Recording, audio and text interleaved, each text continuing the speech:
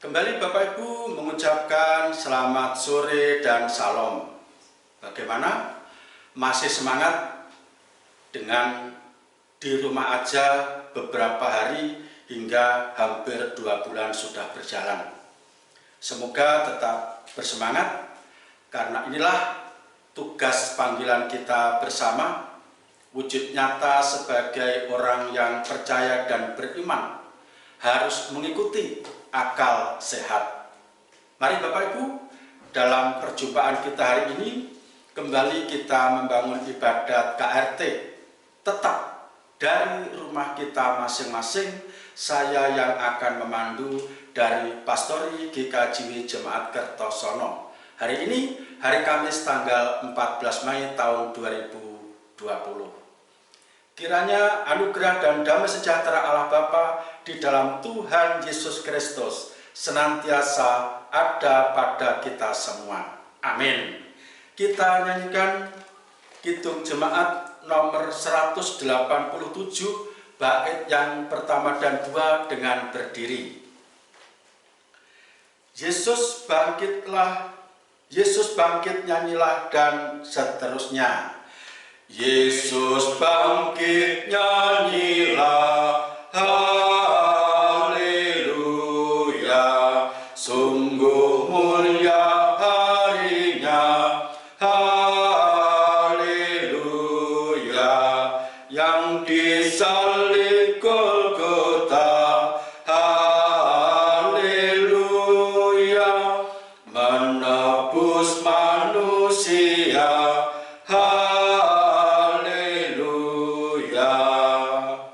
naikkan puji dan syukur, haleluya, bagi Kristus Rajamu, haleluya, mau ditanggung olehnya, haleluya, yang berdosa selamatlah,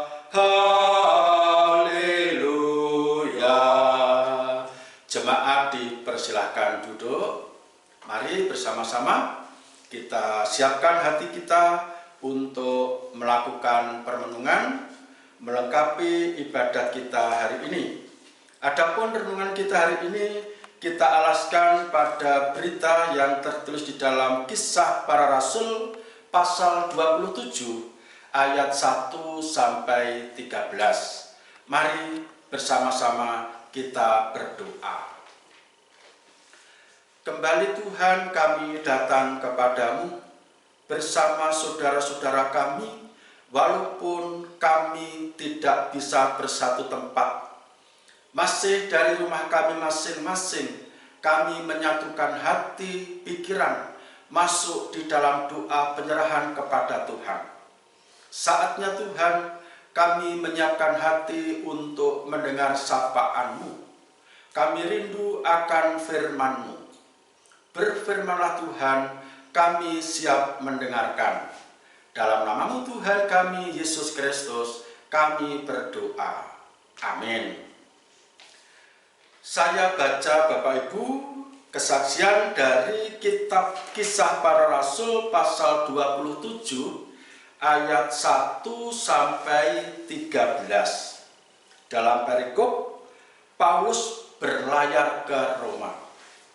Demikian.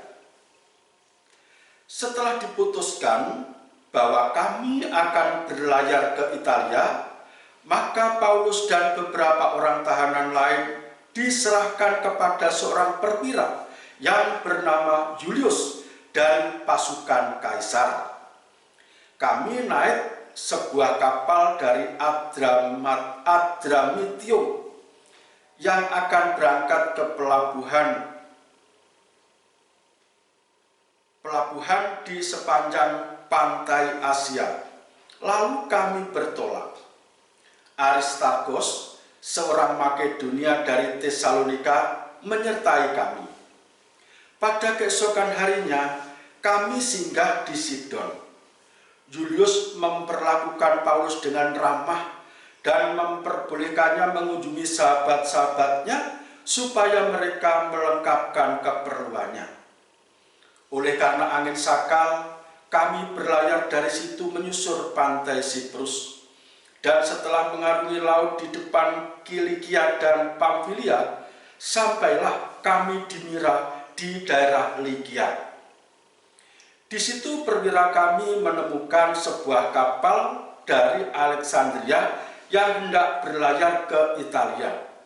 Ia memindahkan kami ke kapal itu.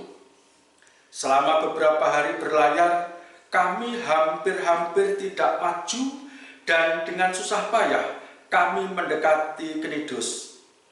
Karena angin tetap tidak baik, kami menyusur pantai Kreta melewati Tanjung Salmone. Sesudah kami dengan susah payah melewati tanjung itu, sampailah kami di sebuah tempat bernama Pelabuhan Indah, dekat kota Lasea. Sementara itu sudah banyak waktu yang hilang. Waktu puasa sudah lampau dan sudah berbahaya untuk melanjutkan pelayaran. Sebab itu Paulus memperingatkan mereka, katanya, "Saudara-saudara, aku lihat bahwa pelayaran kita akan mendatangkan kesukaran-kesukaran dan kerugian besar, bukan saja bagi muatan dan kapal, tetapi juga bagi nyawa kita."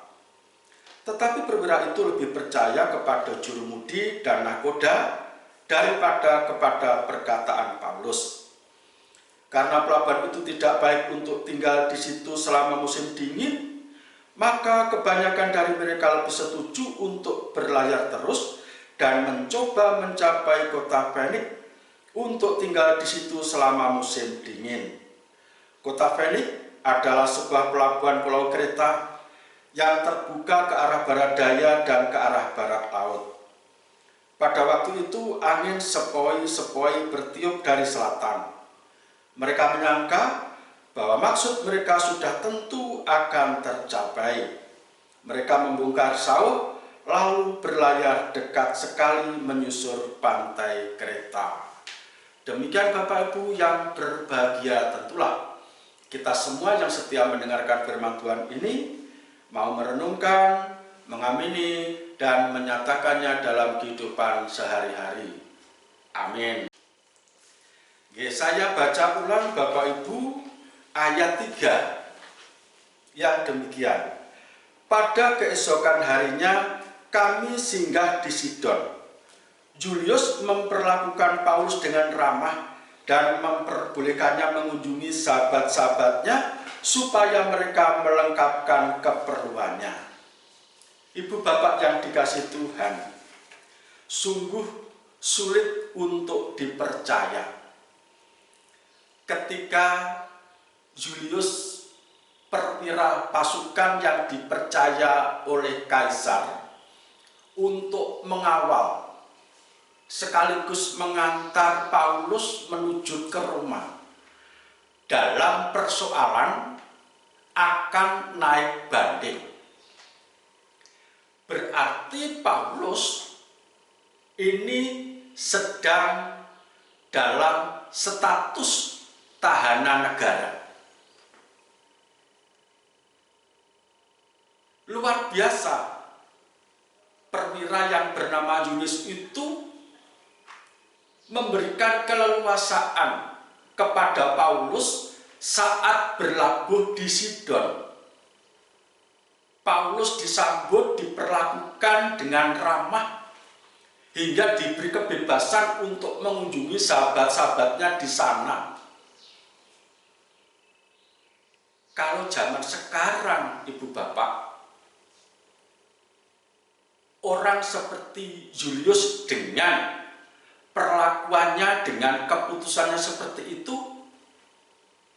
akan dikenai sanksi yang besar.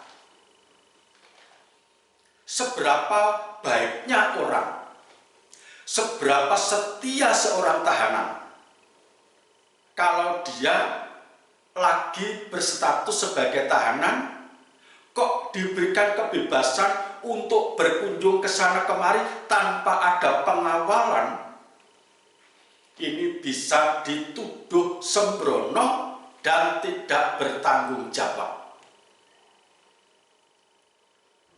Ibu bapak yang dikasihi Tuhan, itulah kenyataan yang disaksikan oleh Lukas.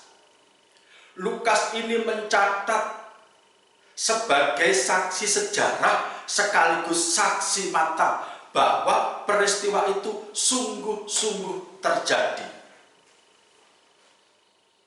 Paulus diperlakukan dengan ramah oleh Julius.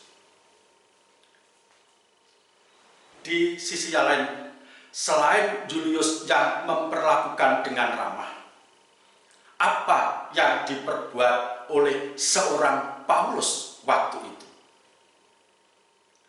Paulus tidak mau macam-macam dalam persoalan ini.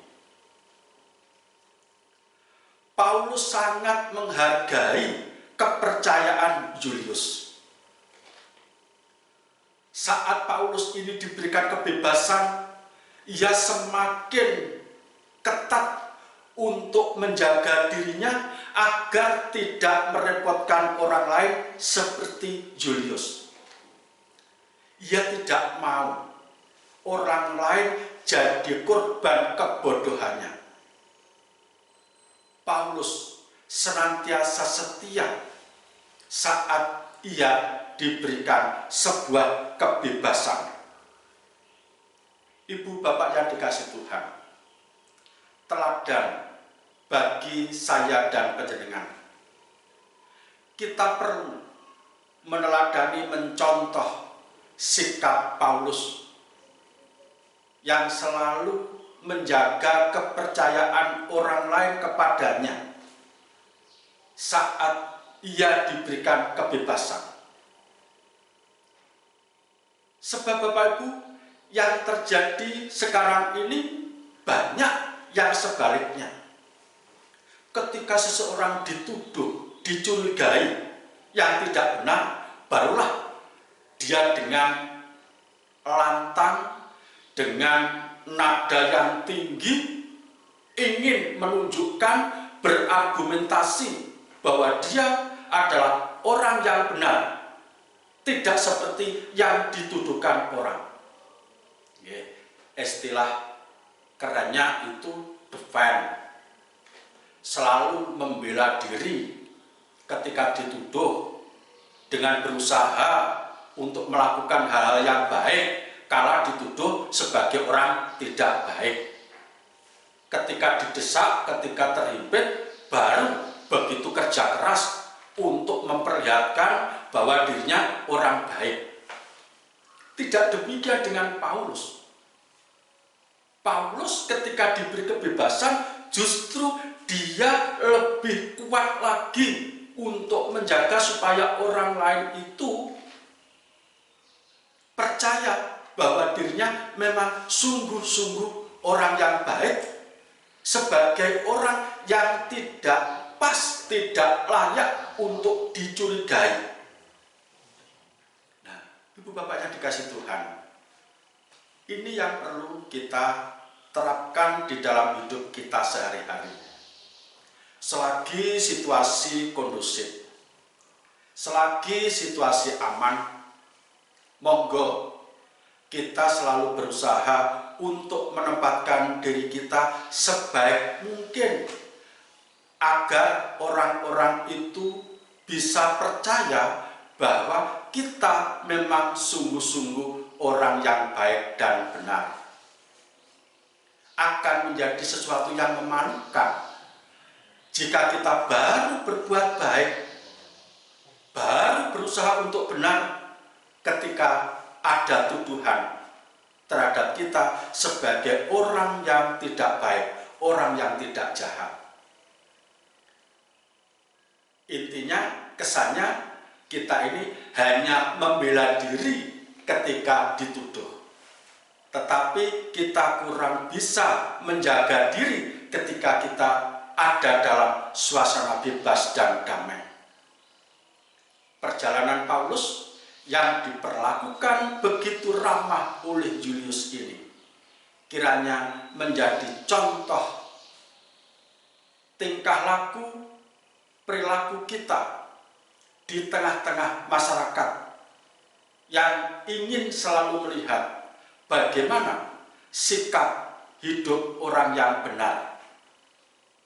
Sikap hidup orang yang benar adalah orang yang sungguh-sungguh selalu melakukan yang benar, bukan hanya saat dituduh untuk membela diri, tetapi ketika bebas, ia semakin leluasa untuk melakukan kebaikan dan kebenaran itu. Tuhan memberkati kita semua. Amin. Mari kita ambil saat teduh. Kembali Tuhan, kami datang kepadamu. Terima kasih Engkau telah menghadirkan sosok Paulus, sosok Julius, seorang perwira. Keduanya yang saling percaya hingga di sana ada hubungan damai. Tidak ada saling curiga karena dua-duanya selalu menjaga apa yang baik dan benar. Demikianlah kira-kira kami di dalam hidup ini harus meneladani Paulus. Amin. Kita respon Bapak Ibu, kita sambut dengan menyanyi melalui Kidung Jemaat nomor 417, bait yang pertama saja, sambil kita menghimpun persembahan. 417, bait yang pertama, serahkan pada Tuhan seluruh jalanmu, dan seterusnya. Serahkan pada Tuhan seluruh jalanmu, kuatirmu semua ditanggungnya penuh, sedangkan angin lalu dituntun tangannya, pun jalan di depanmu, Tuhan mengaturnya. Mari kita masuk dalam doa syafaat. Kembali Tuhan, kami datang kepadamu. Betapa kami melihat sesuatu yang luar biasa. Kala ada sosok bersaudara yang selalu menjaga kepercayaan, hingga satu dengan yang lain bisa menjaga kebaikan dan kebenaran. Demikianlah kiranya kami di dalam hidup senantiasa mampu untuk saling percaya, menjaga kepercayaan orang lain, hingga apa yang kami perbuat, apa yang kami lakukan, senantiasa tidak akan menimbulkan kecurigaan hingga perseteruan. Terima kasih Tuhan, sebagai ungkapan syukur kami bawa persembahan kepadamu. Terimalah Tuhan, apapun bentuk dan wujudnya, kiranya Tuhan berkenan memberkati. Selanjutnya, tanpa henti-hentinya, kami selalu berdoa untuk pergumulan kami bersama, menyikapi COVID-19 yang belum pula reda. Kiranya Tuhan tetap mencurahkan segala kuasa untuk memberi pertolongan dan membebaskan kami semua dari wabah yang membelenggu ini. Betapa Tuhan, kami sudah rindu untuk bisa membangun persekutuan dalam satu tempat. Tuhan, sekiranya di dalam perjalanan hidup kami masih ada banyak kesalahan, termasuk ibadah kami hari ini, kiranya Tuhan tetap berkenan mempermaklumkan dan mengampuni. Selanjutnya kami serahkan saudara-saudara kami yang saat ini sedang berhadapan dengan pergumulan hidup, baik bergumul tentang persoalan pribadi, ekonomi, kesehatan, pekerjaan, rumah tangga, dan sebagainya. Tolong Tuhan, tetap berikan ketabahan dan tambahan hikmat, sehingga mampu menyikapinya dengan penuh hikmat. Hanya di dalam nama-Mu Tuhan kami Yesus Kristus kami berdoa dan memohon. Amin. Kita tutup Bapak Ibu dengan bersama-sama menyanyikan Kidung Jemaat nomor 416. Bapak Ibu kami undang untuk berdiri. Kita nyanyikan bait yang pertama saja, Kidung Jemaat 416, Tersembunyi Ujung Jalan dan seterusnya. Tersembunyi ujung jalan, hampir atau masih jauh, ku dibimbing tangan Tuhan ke negeri yang tak ku tahu. Bapa ajar aku ikut, apa juga maksud-Mu, tak bersangsi atau takut, beriman tetap teguh.